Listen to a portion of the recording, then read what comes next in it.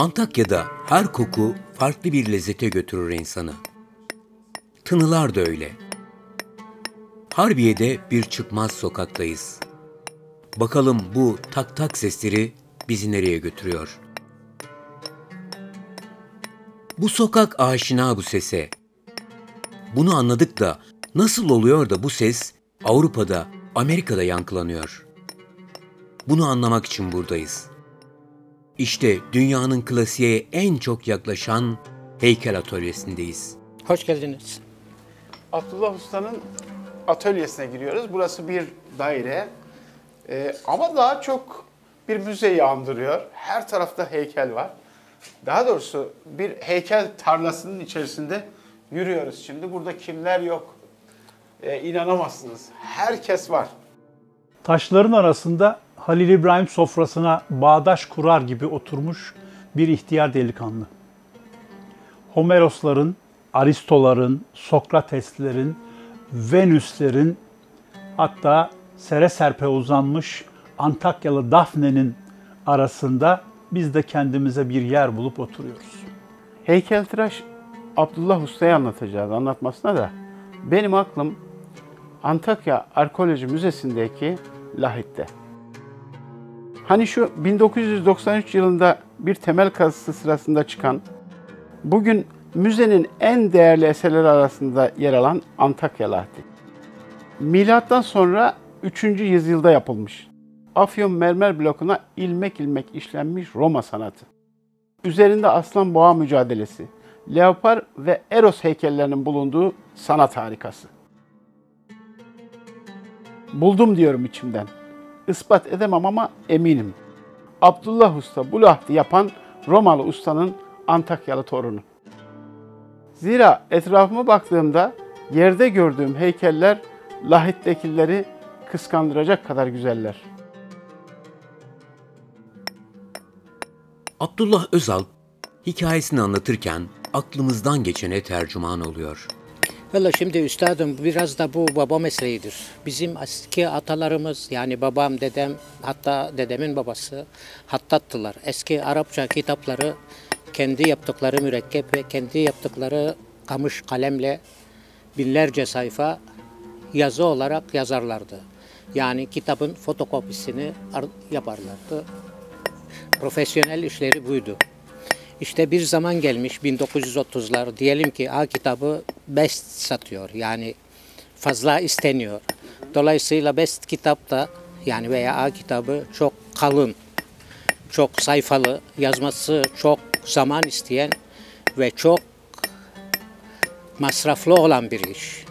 Ona formül ürettiler o zaman. Dolayısıyla evet bizim burada bulunan gri taşlar var. Bu demir testeresiyle biraz kesilebilir. Bunu 1 santimetre çapında, 15 santimetre uzunluğunda çubuklar halinde kestiler ve A kitabını dişi kalıplarla yazdılar.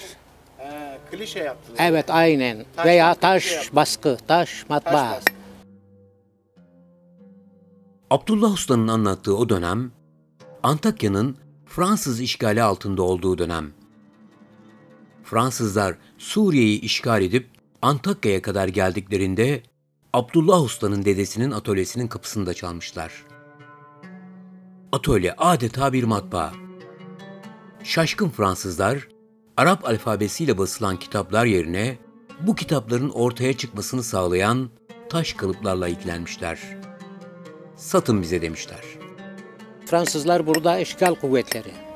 Çevrede ne var, ne olur, ne biter diye gözlemliyorlar. Ve bakıyorlar ki bizim dedeler, babalar yani matbaayı kurmuşlar, kitabı basıyorlar. Şimdi incelemişler, bakmışlar, araştırmışlar ve demişler ki sonunda bizim bu matbu kağıtlarla işimiz yok.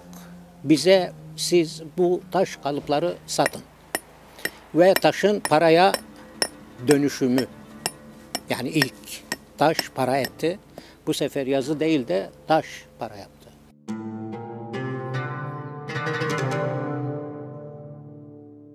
...20 yıl Fransız işgali altında yaşayan Antakya...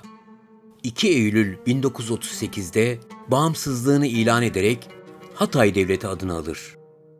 Ardından 22 üyesi Türk olan 40 üyeli Hatay Devleti Millet Meclisi 29 Haziran 1939 günü Türkiye Cumhuriyeti'ne katılma kararı alır. Fransızlar şehri terk ederken Hataylılar coşku ile Türk birliklerini karşılar. Tabii ki Cumhuriyet'in gelmesiyle birlikte Fransızlar da gitti. Gidince o iş de bitti o zaman. Gidince tabii ki o iş de bitti fakat başka iş başladı. Ne başladı? Şimdi Cumhuriyet geldi, imza ister. Evleneceksin, imza ister. Tapulayacaksın, imza ister. Çocuğun doğacak, imza ister. Doğru.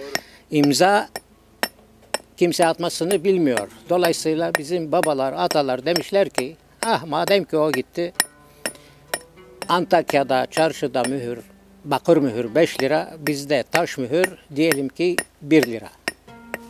Ve taş kalıp devri tükendi, bitti. Şimdi bu sefer taş mühür devri başladı. Herkese mühür lazım. Mühürü yapıyoruz, deliyorlar, adını yazıyorlar. Yani ve takıyor, asıyor, yıllarca kullanıyor. Fakat tabii ki Bu da bitecek çünkü okuma yazma... evet, okuma yazma gelişti, okuma yazma gelişti. Herkes imza atmayı öğrendi. Dolayısıyla biz de takriben ve yavaş yavaş boş kalmaya başladık. Fakat bu sefer ikinci bir yani dalga da geldi. Bu sefer Cumhuriyet'le birlikte biraz da turizm hareketi canlandırdı. Avrupalılar buraya turist olarak gelmeye başladılar. Dolayısıyla biz de o mühürleri, işte antikvari mühür, Sümer mührü, Asur mührü, daha sonra da kuş heykeli, kaplumbağa heykeli veya kolye veya bilmem ne olarak bu taşları turizme yani sunduk. Ve dolayısıyla turistik bölgelerde de satmaya başladık. Yani Türkiye'nin çeşitli yerlerinde. Fakat gün geçti, onlar da bitti ve mesleğin geldiği nokta bu. Tabii ki yüzlerce yıl sonra. Abdullah Usta ile ilgili ister Romalı heykeltıraşın torunu, isterseniz kendi Hattat torunuyum iddiasına inanın, ortada bir gerçek var. O da Abdullah Usta'nın büyük bir sanatçı olduğu. Ya muhteşem şeyler yapıyorsun. Bak mesela bak elimde bir tarihin dedesi, babası bir Herodot var. O kadar incelikli ki yani sahisinden ayırabilmek mümkün değil. Harika. Ya bütün bunlar kaç tane alet edevatla yapılabiliyor? Ya şöyle bakıyorum 3-4 tane şey var. İşte Valla zaten kullandığımız... çekiciniz var gördüğüm kadarıyla. Bir testere gördüm. Yani çok fazla alet edevat da yok. Yani birkaç alet edevatla bu kadar güzel hatlar nasıl ortaya çıkıyor? Şimdi biz elimizden geldiği kadar zaten geniş çaplı alet kullanmıyoruz. İlkel aletleri kullanıyoruz. Yani bu ilkel yapıcıların kullandıkları aletleri kullanıyoruz. Ve mesleğin şimdi geldiği nokta, hatta yabancı basının deyimiyle diyorlar ki dünyadaki en klasik çizgiye yaklaşmış atölye. Bu atölye için. Evet, bu atölye için. Ve biz nü yapmıyoruz, Venüs yapıyoruz. Şimdi biz zannediyorduk ki bu zanaat. Hayır kardeşim, bu sanatın deniskası. Sanat da değil. Yani sanatın ötesi. Yani ben bunu yaparsam satar mıyım? Yani bu değersiz bir şey. Fakat bakmayın, biz memlekette işte biraz önce bahsettiğim gibi bu kör sokakta, bu çıkmaz sokakta, bu mahallede bir heykel atölyesi yaşatmaya ve bundan beslenmeye ve bundan çocuklarımızı okutmaya çalışıyoruz.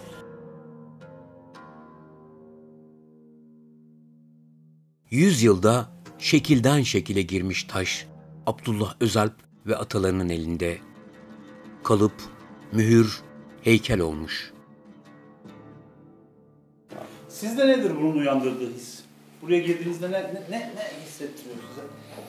Vallahi ben kendimi evimde hissediyorum. Dolayısıyla ben burada rahatım. Hatta Herodotlar, Venüsler, Zeuslar arasında uyuyorum. Bundan daha mutluluk verici bir şey yok.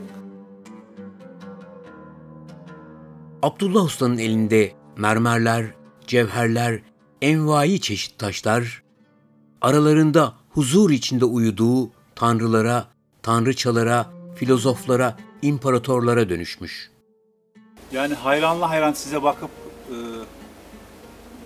müteşekkir olduğumu, insan olarak müteşekkir olduğumu söylemekten başka bir söz bulamıyorum Mehmet.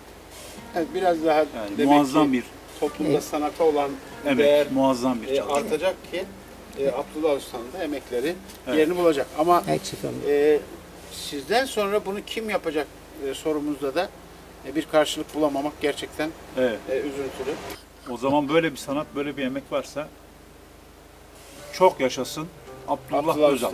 Eksik olmayın. Allah razı olsun. Teveccühünüz. Teşekkür Hoş ederiz. geldiniz. Çok teşekkür ederim. Sizleri burada ağırlamak bizler için büyük bir onur, büyük bir keyif. İnşallah kısmet olur. Sizleri bir tekrar O onur bize ait. ağırlama kısmeti olur.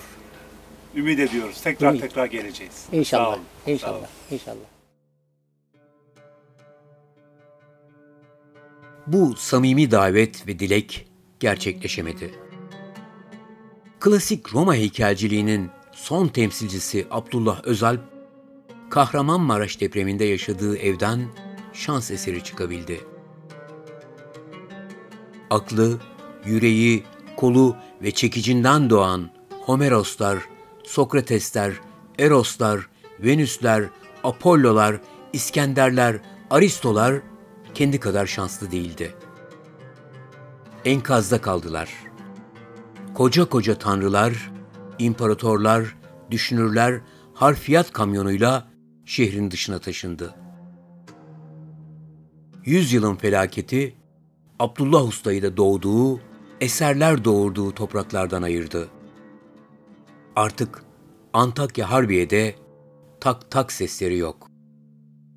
Çıkmazına da razıyız ama artık Antakya'da böylesine renkli sokaklar yok.